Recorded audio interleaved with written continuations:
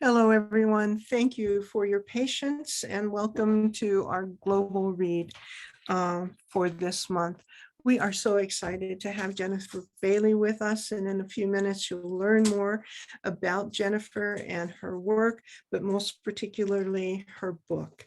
Let me begin to share our little slide presentation, which is just a recognition of, and there it is, of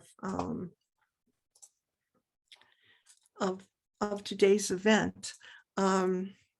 Jennifer is also a part of the Charter's Global Compassion Council, and we're very excited about her being there and to help give us advice when we need it. But more than advice, whenever we ask Jennifer for something, she's always there to help us through some of the information that we need and the tough spots that we might be encountering. And one of the other things that we're very excited about is the fact that one of our staff members, Felipe Zorita, is the facilitator today. And both Felipe and Jennifer have a similar background insofar as their involvement with United Religions Initiative, which is one of the Charter's special strategic partners. And so I'm going to turn this over to Felipe, because he has not only the honor of introducing Jennifer, but he's going to be the facilitator for today's event. And so, Felipe? Thank you, Marilyn. And hello to everyone that is joining us on this webinar. My name is Felipe. I'm part of the Charter staff. And also, as Marilyn mentioned, I am involved with URI, specifically in the URI North American region. This year, I'm the chair of the organization of the North American region. So very excited to be here.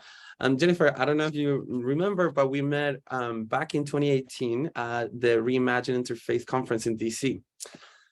To me, that was a special moment to hear you, to feel your spirit and the way that you do interfaith work and social justice was and is very inspiring to me. And I really, really appreciate the opportunity that I have to get to ask you questions for an hour. And so a little bit of an introduction.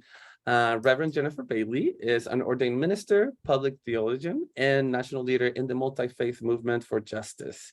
She's the founder and executive director of Faith Matters Network, a womanist-led organization equipping community organizers, faith leaders, and activists with resources for connection, spiritual sustainability, and accompaniment. Jennifer, welcome to the Global Read. Thank you for being here. Thank you for having me. It's so good to reconnect again. Absolutely, absolutely. Thank you. And thank you for writing this. After reading the book, I feel like one of your beloveds. And so you are. It was a book intended to write to both beloveds I knew and those that I was not yet in deeper community with. So thank you for being one of my beloveds. Yeah, absolutely. And I want to get deep into questions, maybe a little personal, but also about the book. And I feel like it would be. I wanted to start. Maybe it's a little deep to begin, but I think let's just go deep into it. What do you feel is your mission in this life? What is your purpose in this life? Do you feel like you have something specific as a mission or a purpose? Thank you for that question. Before this year, no one had ever asked me that question, but it was a new mentor of mine, Fred Ali, who was interviewing me for another project, who did some deep sitting with me to uncover the answer to that question. And I think one of the many parts of my vocational call is about creating communities of belonging. And I think given my experience, especially early experiences of othering in my life, it really turned my heart towards a desire to make sure that there were spaces where everyone feels like they can belong and be fully loved and appreciated and valued for who they are. And so when I think about one of my missional pieces or vocational pieces, I think about what it means to create communities of deep belonging and nourishment. Yeah, thank you. And I feel like that seems to be a very common thread with people that have experience in this othering, right? When you belong to a marginalized community, either an immigrant or a person of color or queer, you have been othered as a child or in your communities. And so I feel like us that experience those things, if we have the energy and the capacity, it's almost like an obligation to make other people feel safe that way. So thanks for that. What enticed you to write this book, To My Beloveds? Mm. What inspired you to go for it and write this book? Yeah, this was a book that was a long, long, long time in the making. And I think what particularly got me to finish it, let me say that, not necessarily start it, but finish it, is in January of 2020, I found out that I was pregnant with my first child, Max, who I actually write a letter to in the book. And I knew that if I did not get get out this book that was waiting to be born in the season between finding out that I was pregnant and Max arriving, that it likely wouldn't get done. And so for a book that had been, 4 years in the making, it felt like the right time to offer this piece into the world, particularly at a time where we were entering into a global pandemic, but we're in the midst of so many reckoning moments over the past decades or so, globally and here in the United States, in the place that I call home, and wanted to offer up, given my close experiences with loss and grief in particular over the past 5 or so years, a space for deep reflection on what grief has taught me and how it has opened up a new lens and greater lease on appreciation for life itself. And I don't think I knew when I started this book that it would be published at a time of global pandemic, that there would be so many people who are grieving the loss of loved ones, the loss of opportunities, the loss of a future they thought they would have. But I hope one of the outcomes of this book, as it is out there in the world, is that it creates space for deeper conversation and meaning making about how we process loss, how we think about grief, and how grief can be, especially collective grief, can be a resource for us as we're thinking and reimagining the world we'd like to see. Thank you. And I mean, and not to, I'm not going to spoil to anyone the book, but they're very well. First of all, thank you for the vulnerable writing, for the emotion and the hope that you bring, even in the dark, maybe stories that sometimes we read through it, because those are your experiences. And I see how grief really shaped you, especially with your mother's passing. Any recipes to feel, because there's obviously a process in grief where like you feel it and everything, but how do you have some sort of process on how to see grief as a beneficial thing, as a moment of growth? How was that process for you? Yeah, I mean, I think the first lesson that I learned, so for folks who are listening, and I lost my mother in 2016 after a over 10-year battle, 13-year battle total, with breast cancer, metastatic breast cancer. And there was something about walking with her throughout that journey, but particularly in the last months of her life, that gave me new insight and appreciation for what it means to be proximate to and close to death and our own sense of mortality, that we are indeed dust, and the language of my tradition, from dust we come, to dust we shall return, and are part of an ecosystem and life system that has a beginning, middle, and ultimate end. And I think really wrestling with that and coming to peace with it to some extent. But the greater lesson I've learned in the aftermath of my mom's death, I think, is that grief is not a we don't heal from grief. It's not a destination, right? It's a journey that has different ways of manifesting throughout our life cycle. And so even though my mom passed away, now over 6 years ago, as I've become a mother, there have been these moments of real loss and grief and re-experiencing it. And one way that that has felt really important to me has been, as I've become a mother, longing to call my mom and ask her questions, everything from how do I get this baby to sleep at night to can you come and take this baby because he's working that last nerve, right?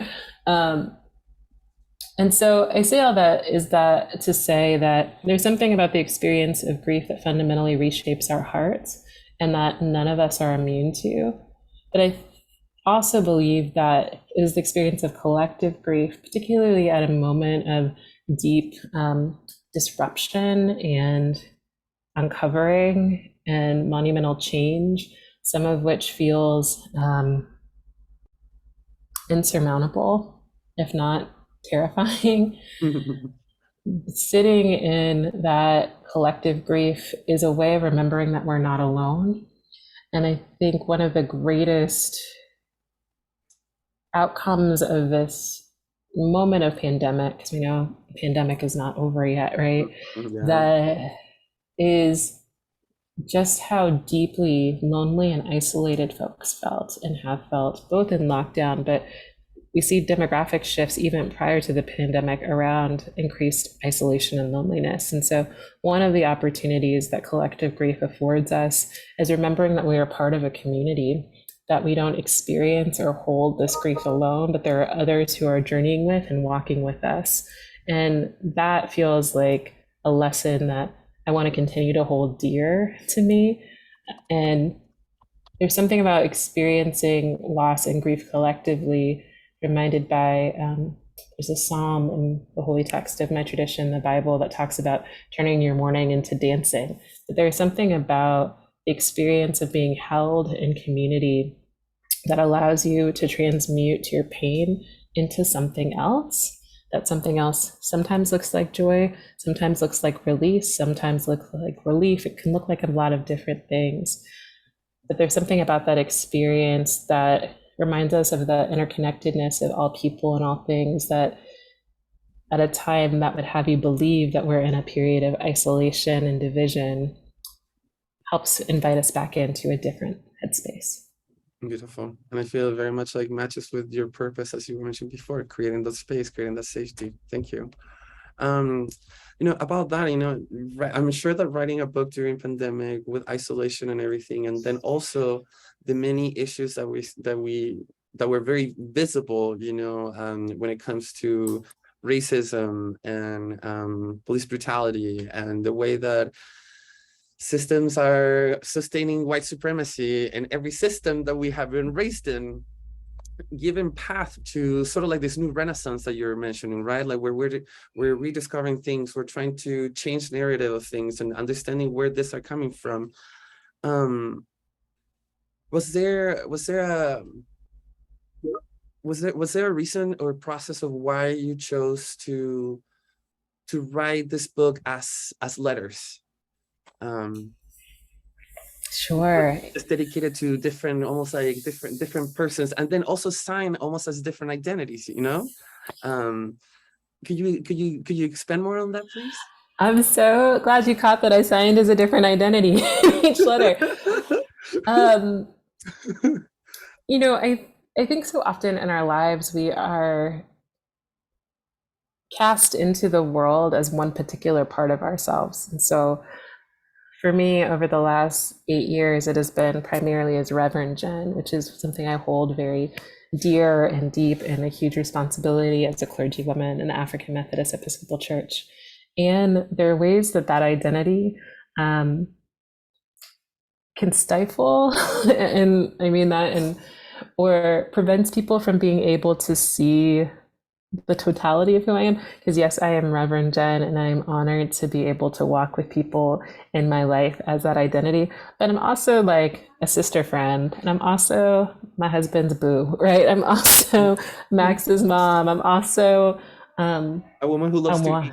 A woman who loves to eat. I'm also, I love that one.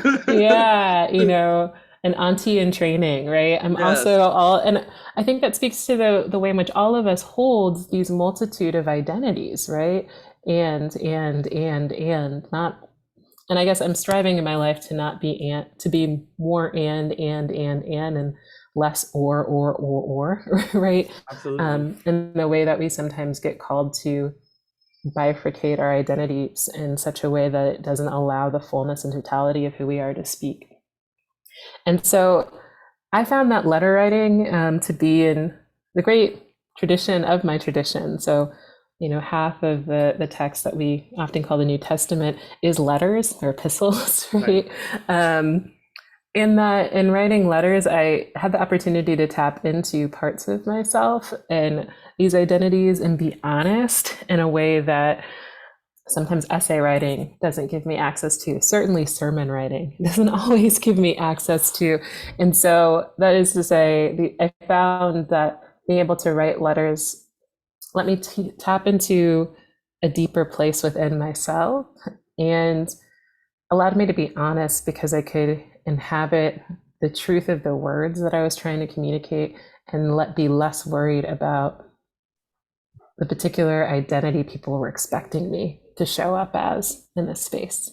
Absolutely. And I think this is sort of like a lesson for all of us here in this webinar, and for people that will be watching the recording, is that in a way, identities, as you said, could be limiting, right? They could be too defining, but understanding that we have multiple identities and different ways of expressing, and that we can always grow and get more identities, is empowering, and in my book, at least. So, about the format of the book, I love that you used radical hope as your roadmap. And not only that, but the letters are split into 3 different sections. Let me see what it is here. Memory as an antidote, and the question of what is dying here. And imagination as a pathway to resurrection, and the question with what once changed. And then living as a testament to the possibility of the present, and the question with what is already blooming beautifully in the world. Why did you choose? Well, first of all, thank you for this organization and for the process, because as a reader, it takes you on a journey, right? And a beautiful, deeply emotional journey. What was the inspiration behind using radical hope, which I see that is not only in your book, but it's very much in a lot of things that you do outside of just writing this book? Sure. So in the salutation, the introduction to the book, I talk about the presence of the church women in my life. So I grew up in a historically Black church tradition where we talk a lot about women known as church mothers. So those for whom, who really ground the experience of our community deeply. And so when I think about radical hope, a hope that is rooted in the real lives experience of what is possible, so reckoning with the material conditions of the world as it is, but still having the faithfulness to imagine something different. I think about people like Sister Catherine Weldon or Sister Jacqueline Watson, these women who, when I was growing up, were in their 60s, 70s, 80s, who had lived through the horrors of Jim Crow, who had in their own personal lives experienced interpersonal violence and trauma, who, as Black women, had experienced societal trauma, and as a part of a direct lineage of people who were enslaved in the United States, had experienced intergenerational trauma that they were carrying in their bones.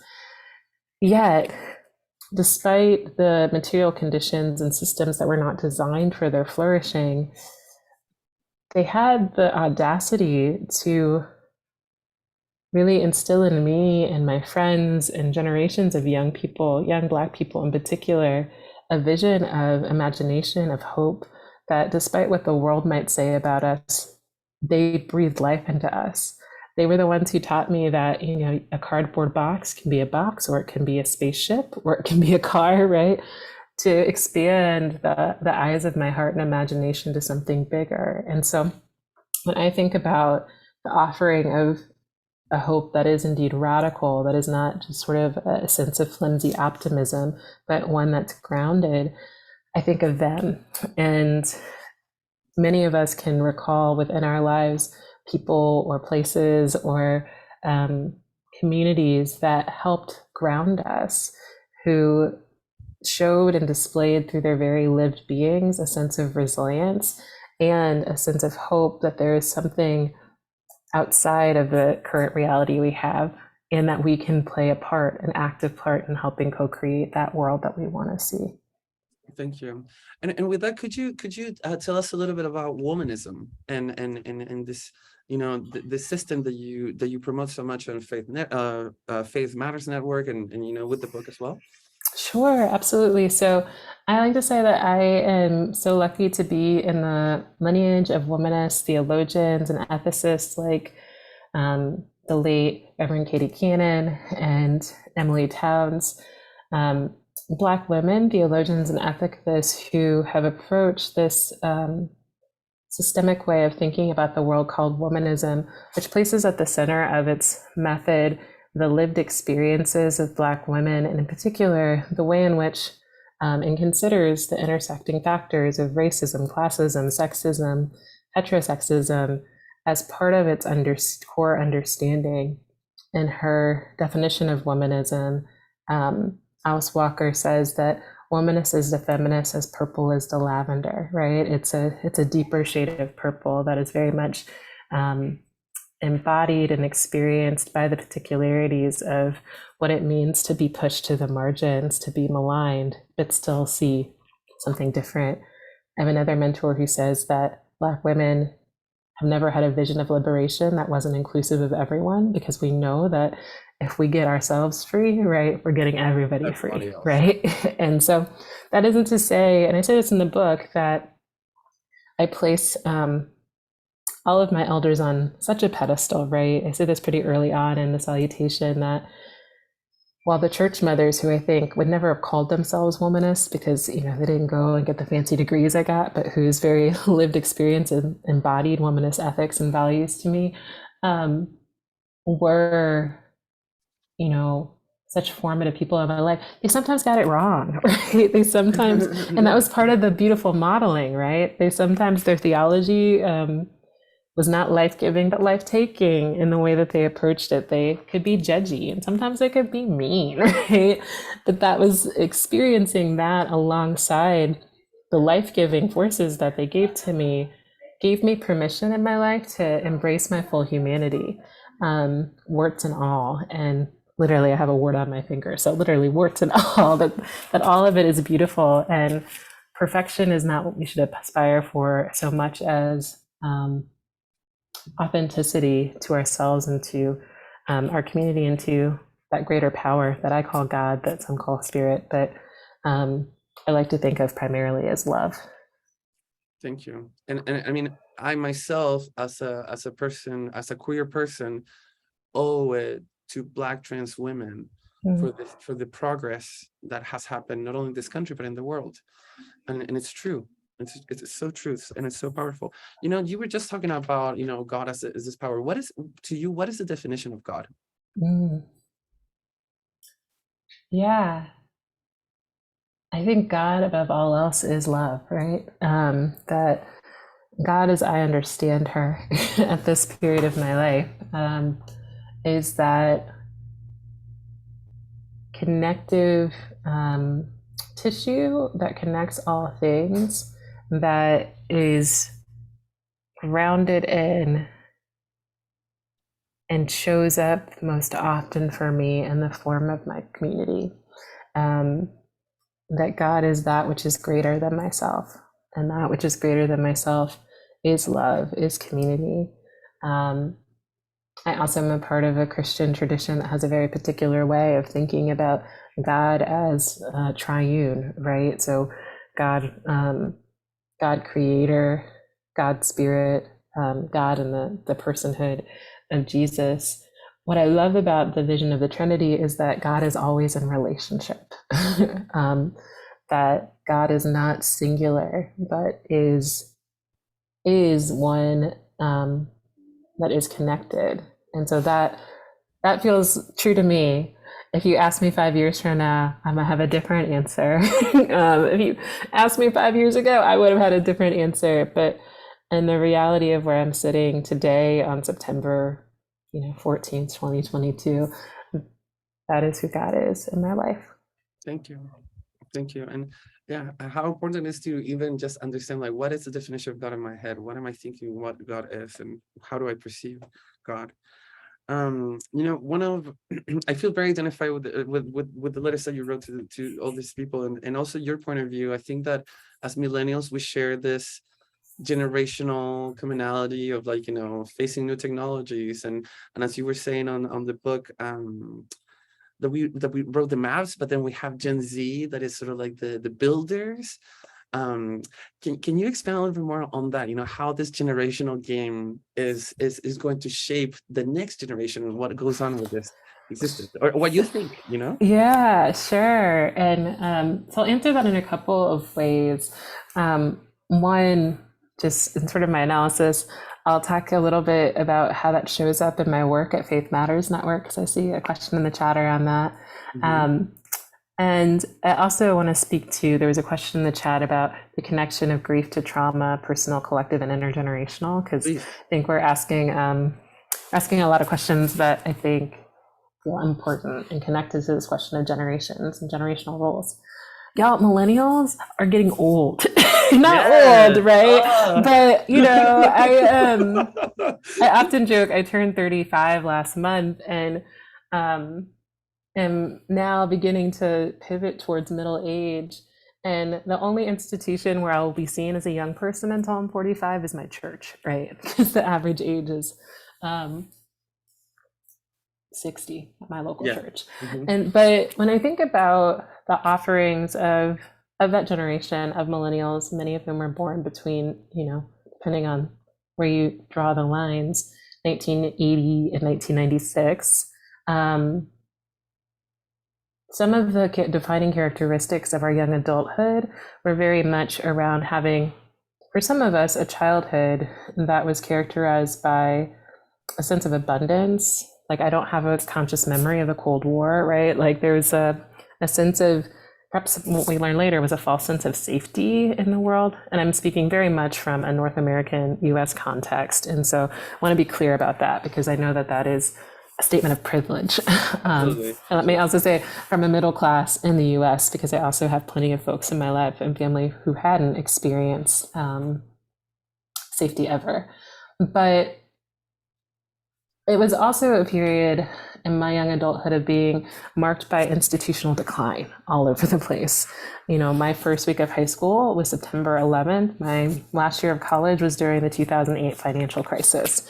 So after being socialized to believe in this sort of notion of meritocracy, what I think millennials came into awareness about was that the systems that they were taught to depend on, we couldn't trust or would not always be around. And that was concurrent to a rise in technology. And so when I talk about millennials as cartographers, I often think about millennials as existing at a time of the literal tectonic plates are shifting in our societies. We're seeing new land masses emerge, right?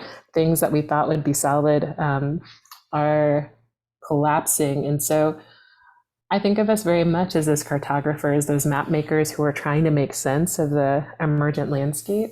And Gen Zers who are coming after us, people in their teens and 20s, their whole aura is different. Their energy is different. It is very much like, where I was advocating for more, opportunities for self-care in the workplace, they're unionizing, right? Like, it's just a different understanding of power and how to reckon with it. And a sense of existential angst, right? The other thing I'll say is that the interlocking crises that we're facing right now is a confluence of a lot of generational crises happening at once. So I have the deep belief, and this kind of will pivot into a little bit of our work at Faith Matters Network, that in order to solve these interlocking generational crises, whether we're talking about the climate crisis, the decline of democracies around the world, the reckoning globally with anti-colonialism and racism and white supremacy, right? All of these things happening at once,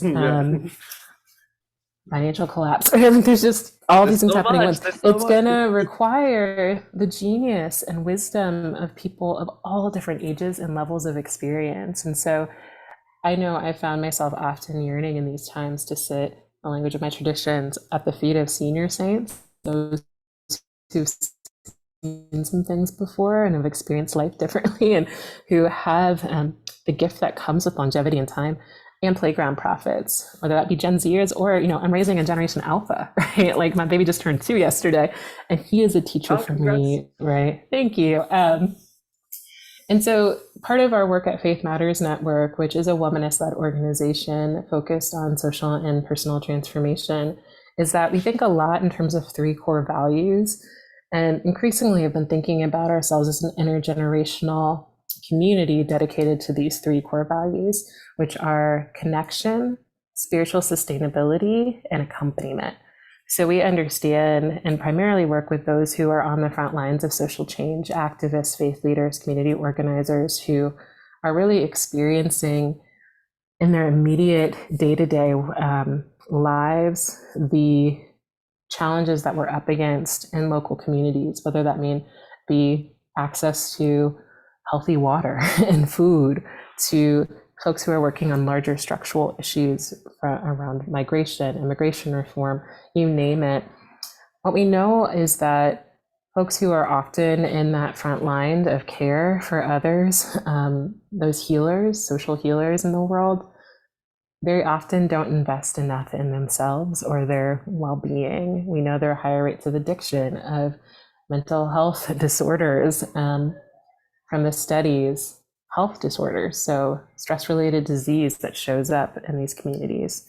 And so when we think about those core values, we think a lot about how that connects, not just in terms of how one might think about faith, because we also work with a number, especially of young people who identify as spiritual and not religious, but for whom that higher power isn't called God, but might be called justice, might be called community. What we found in working with these folks is the desire for, in a time of isolation, deeper connection to one another, and an introduction or rediscovery of practices that ground them. And so when we think about spiritual sustainability, it is more often than not represented in the ways that we encourage people to plumb the richness of their own traditions or communities to find those resources for resilience.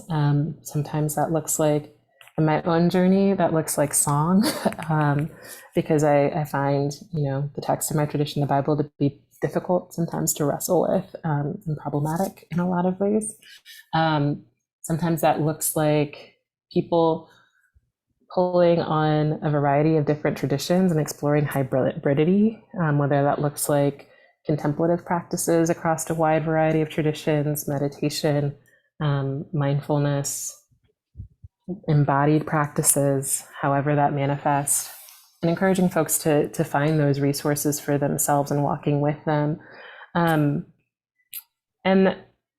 what I'll also say, just a brief word about accompaniment, because I do think that in the season that can feel so deeply isolating, part of the discipline that we are learning to be in right now in the context of relationship is how we walk alongside one another in our journeys in a way that does not further oppress, marginalize, or malign one another, or project onto others, right? A certain set of expectations that might confine their wholeness and well-being. And so accompaniment feels like a discipline to me, feels like, and learning how to accompany one another well feels like a discipline to me that can only be done in community, and where there is a free-flowing ability to go back and forth, receive feedback, and be transformed by one another in that process. Absolutely. And I think that's this whole conversation right here has been very much addressed in your letter, Composing Religion, which honestly made me want to meet your grandma so bad and be in that garden.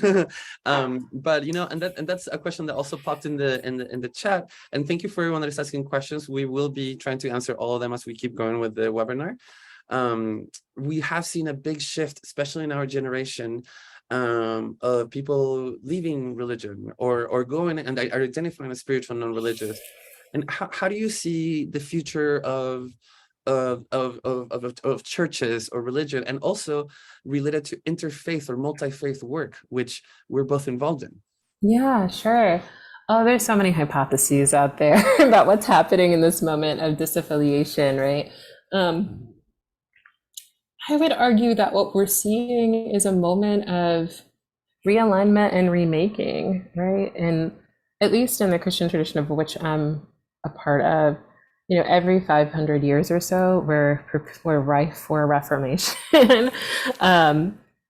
And to me, what I see happening is people rejecting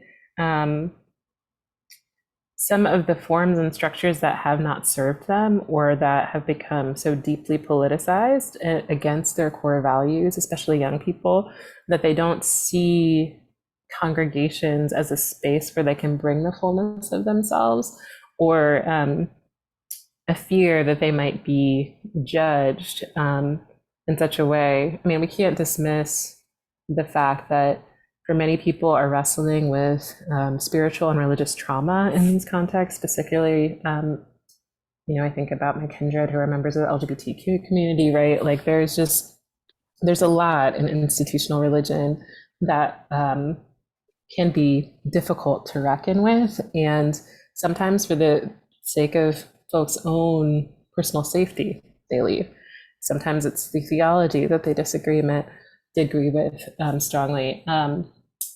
And with all of the attention, at least in the spaces that I'm often in, right, there's so much attention on what is dying or seeking to preserve or hospice, the institution that is, the unit of the congregation, that people maybe aren't paying enough attention to what is already emerging or wants to emerge in its place and what is already blooming beautifully in the world. And so, I see across the US and globally new forms of spiritual communities emerging.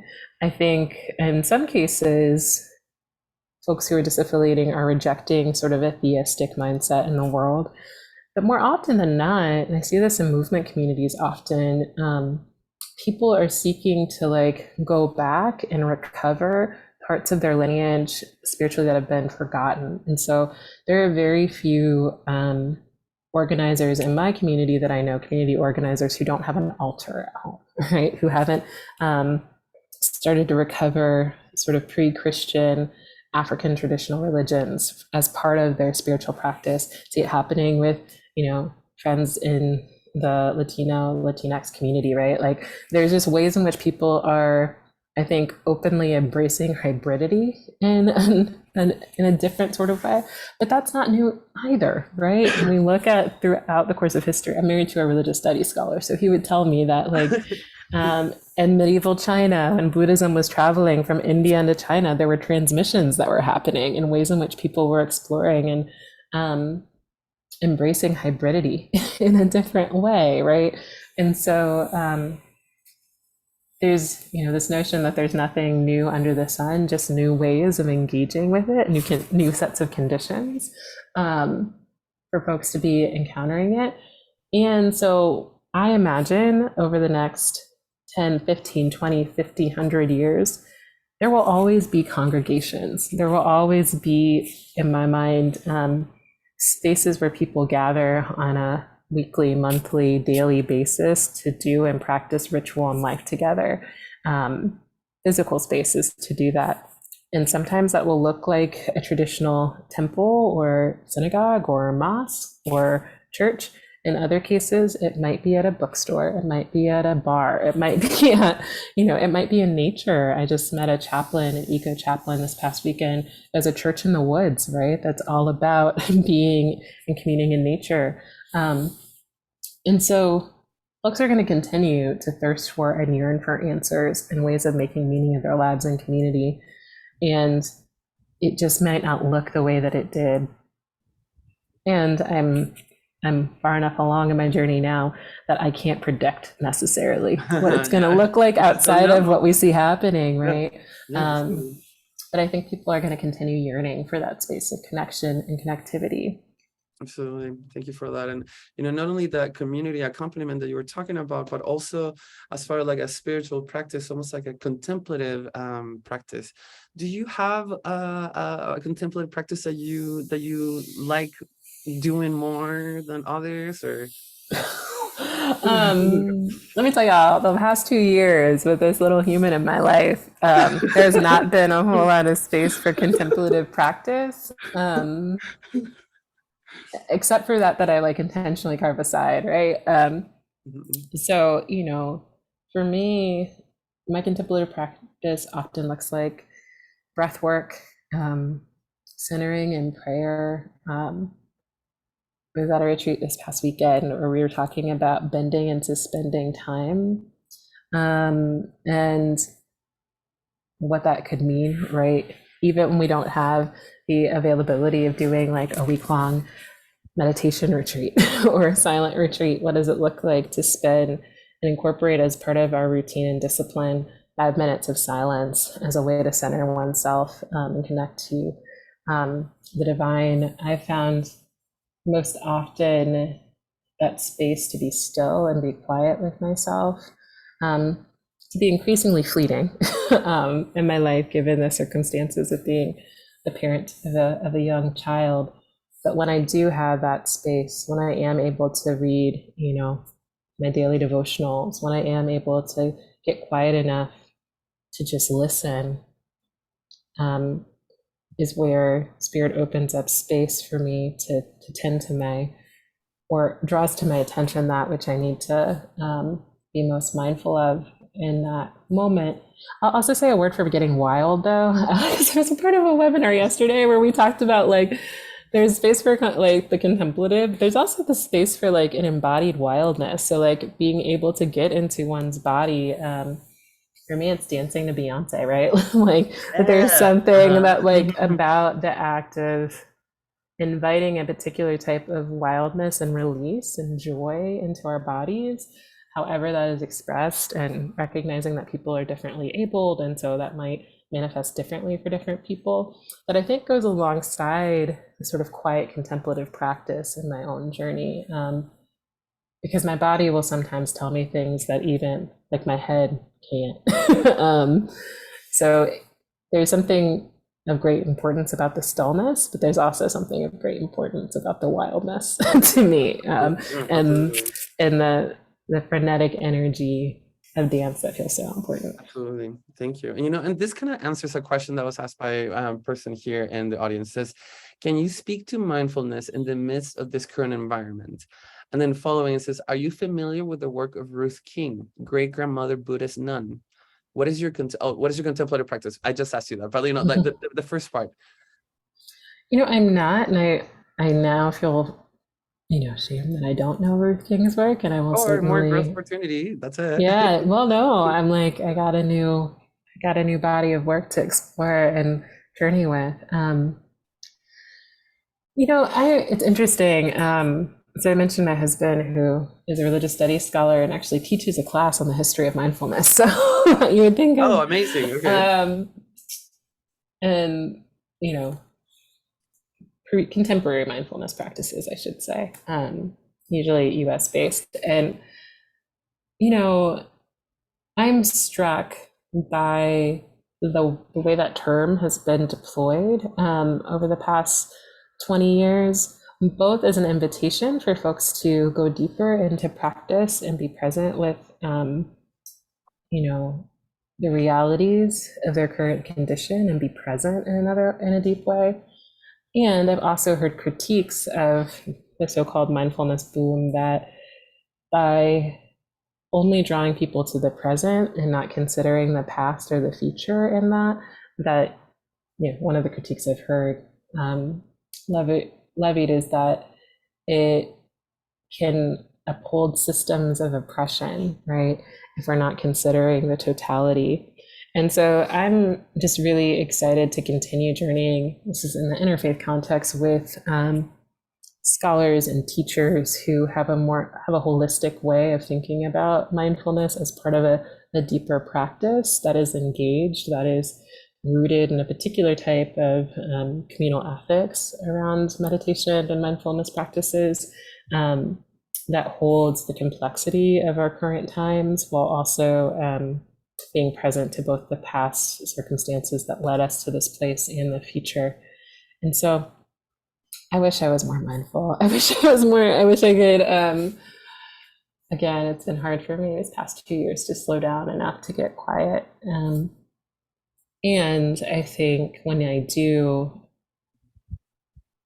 there's something about this moment that feels like a great uncovering, where people are no longer able to avert their eyes as clearly to the woundedness and brokenness that we see in our communities. Whether or not they do anything about that is something completely different. But, I'm a big believer that once you see something or that something has been brought to your awareness, you can't unsee it. You can choose to ignore it, disassociate from it, but that knowledge is still there. And so when I think about, the murder of George Floyd and the way that brought to people's awareness a different sort of reckoning around the reality of racial injustice and police brutality, right? Can't unsee that or can't be unaware of that. When I think about, I wish more people were paying attention to the fact that this is the hottest summer on record in many places.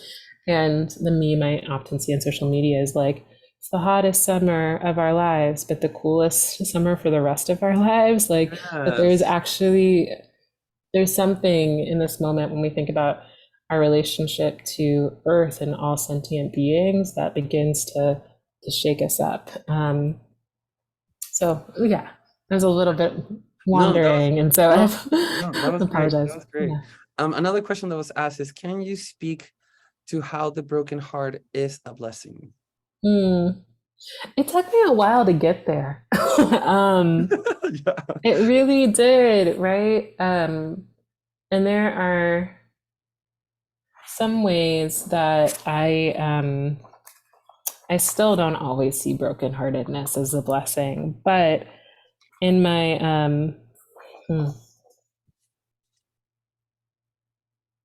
more contemplative, reflective moments, when I think about the heartbreaks in my own life or the loss in my own life,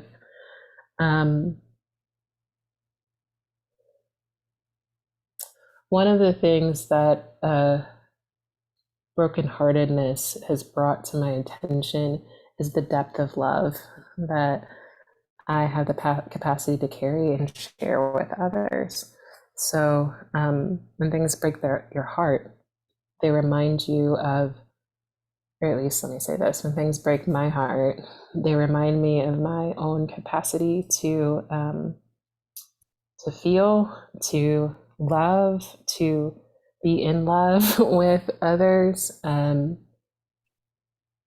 think about, we had a conversation at Faith Matters Network towards the beginning of the pandemic with Roshi Joan Halifax on being with death and dying. And she talked about, this notion of grief being someplace where love, being the place for love, that is that loss and grief is the place that love abides, right? It is the love that is persevering. And so in that way, I think brokenheartedness is a blessing in that it speaks to the perseverance of love. It speaks to the way that love endures even beyond sort of the finiteness of time. And that is a blessing. When I find myself feeling lost or bitter or angry at the conditions of the world, remembering that love, remembering that that the opposite of love isn't hate, but apathy, right? That there is something in that I hold steadfastly to, and so far, and that becomes a blessing. And I am excited to continue learning and continue growing and continue mining brokenheartedness as a resource and as a blessing, because hopefully I got more time on this earth to live. Amen. Yeah, it's grief in a sense makes you feel like it's the price of love. Yeah, exactly. Yeah. Okay, we are kind of like a bit almost over running out of time. But I wanted to ask you about the letter that you wrote to your little cousins. Um, and the concept of apocalypse. And then also I think it relates to the question also asked in here. It says, what might you say to people who are numbed by all the social unrest, the disenfranchisement, climate change, and all that? I mean, all these things that we're talking about that has been overwhelming us. Could you speak a little bit about the apocalypse, or the sense of apocalypse in your book, and to the people who are feeling the social unrest? Yeah, sure. So I talk about apocalypse in the context of that letter as being, in the Greek, an uncovering, right? So the word apocalypse means to uncover. You look up its etymology, and you use a quote by the writer Adrienne Marie Brown, who says that things are not getting worse; they're being uncovered, and we must continue to hold each other tight and pull back the veil. And so what I would say to folks who are feeling overwhelmed, who are feeling the lure of apathy in this season, I would say, like, I'm right there with you, right? that there is always that temptation. And so the first thing is breaking the lie that we're alone in it, that we're alone in our questioning, that we're alone in holding these bigger things with ourselves, right? Like that, to me, that there is potential community, that there are others who are asking questions, who are probing and feeling overwhelmed, who are to be vulnerable enough to confess that begins to break something open. And then I would think about, there's a really famous prayer that was written upon the beatification of Oscar Romero by Bishop Ken Unger, that talks about this notion that we don't have to do everything, and there's joy to be found in that. It allows us to do something, to do it very well, that we're not called to be the divine ourselves, but called to do our work, and that the work that we see, there's a poet, Donna Makova, that talks about that which passes down to me as a seed, right? I can pass on as blossom, right? That there is something about when we situate ourselves in a broader context of history and know that our contribution doesn't have to solve everything right now, but is our contribution for this season. There's something freeing of that. It begins to feel less overwhelming when you recognize everybody has their contribution to make, that there are things that we inherit and there's things we pass forward. In the context of history, in the context of a future, we're prophets. That prayer famously says we're prophets of a future, not our own, right? But there is something about that feels freeing. And the last thing I'll say is just an invitation to folks who are feeling overwhelmed, that you don't always have to be on the front lines. That one of the joys of being in community and in a space of communal accompaniment and walking with others is the ability, collective care is recognizing when I feel exhausted, depleted, fed up, that I can take a step back and there'll be someone else to step forward. And when that person is feeling overwhelmed, I can step back up, that we care for each other. And that will too. Thank you. Yeah. I think this, for a last question, in the postscript of your book, you invite the reader to write letters, and you show a beautiful process and different ways to do it and everything. Where is that encouragement coming from? Like, why are you encouraging us to do that?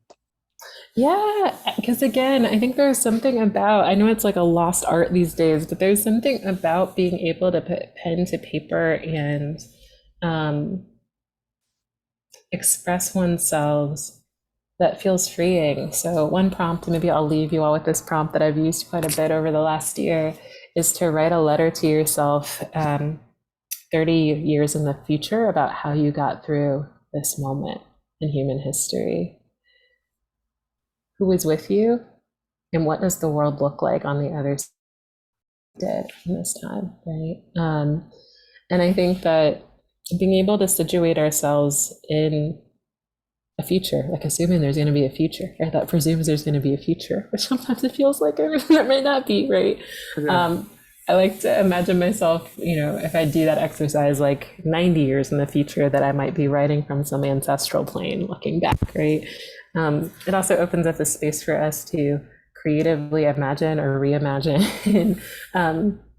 who we are and how we think about time. And so, yeah, the invitation to you all, if it feels right, is to write letters as an exercise in suspending time and imagination, both to speak truth to the past, but also to imagine collectively what the future might look like. Thank you. Jennifer, thank you. Thank you so much. This is such a wonderful opportunity. Thank you all, everyone who's listening in, who might be watching later. What a gift to share with this community. Thank you. Marilyn, it's all you. Well, I don't know how much you realize that you are comfort. This conversation was just warming. And thank you, Felipe, for the questions that you gave to Jennifer. And Jennifer, thank you for your incredible answers, because I know that they reflect the feelings of so many people in the world. And, as you were answering questions, I kept thinking, oh my gosh, this is a very long conversation in which we're engaged, and we could probably go on and invite others to the conversation. And I think that's what we've been finding in the charter. So much of what you were saying is that communities of people coming together in discussion, and the need to uncover the questions. And sometimes that takes patience and a lot of time. And so one more big thank you. And I want to share with people some of the other things that are happening with the charter that really are very reflective of what Jennifer has helped us understand today. One is tomorrow morning at 7:30 Pacific time. It's a 90-minute look at some of the work that we've been doing with youth collaborating for compassion. It's just a beginning. We had a wonderful forum on open space technology where we had 178 young people come together, and young people at heart as well, to really begin to name those topics and issues that are of grave concern to them. And so we're going to delve a little bit deeper into what our next steps might be with our YCC, and how we are going to continue to grow that partnership. As you can see, it's not only the Charter for Compassion, but it's the Foundation for Peace and Compassionate Leadership, Race for Good. And Jennifer, maybe a conversation about how we might include Faith Matters Network in this youth collaborative. I know that we're going to be working with URI and hopefully other groups to really encourage circles of young people to share with one another and begin conversation. Our book for next month is The Heartfulness Way. And we will have the authors of that book, Kamlesh Patel and Joshua Pollack, who will be joining us. And then just another thing that happened because of August Global Read. We had this conversation like we had with you today, and people were like, my gosh, can we do something more with talking about forgiveness?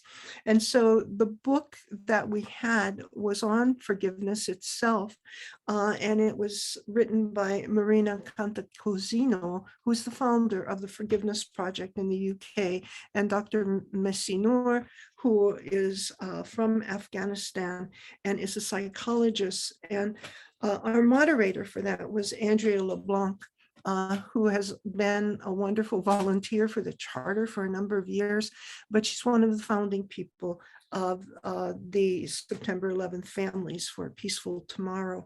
So please, if you want to continue a conversation very similar to what we had today, join us for that. And then, as well as having a global read, we have a film series.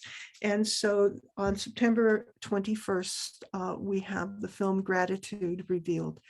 And we do hope that you'll come to the charter website, look at our calendar on the homepage, click on anything that might interest you so that you can learn a little bit more about it and register.